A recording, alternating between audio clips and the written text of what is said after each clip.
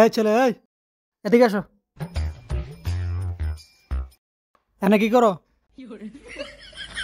Ram পেতাইছি school নাই? School আছে ছাত্র নাই।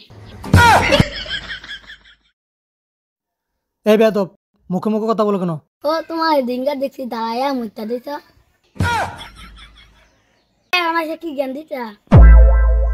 ওই যাও দাঁড়া, তোর ভাই 30,000 টাকা দিয়ে লই।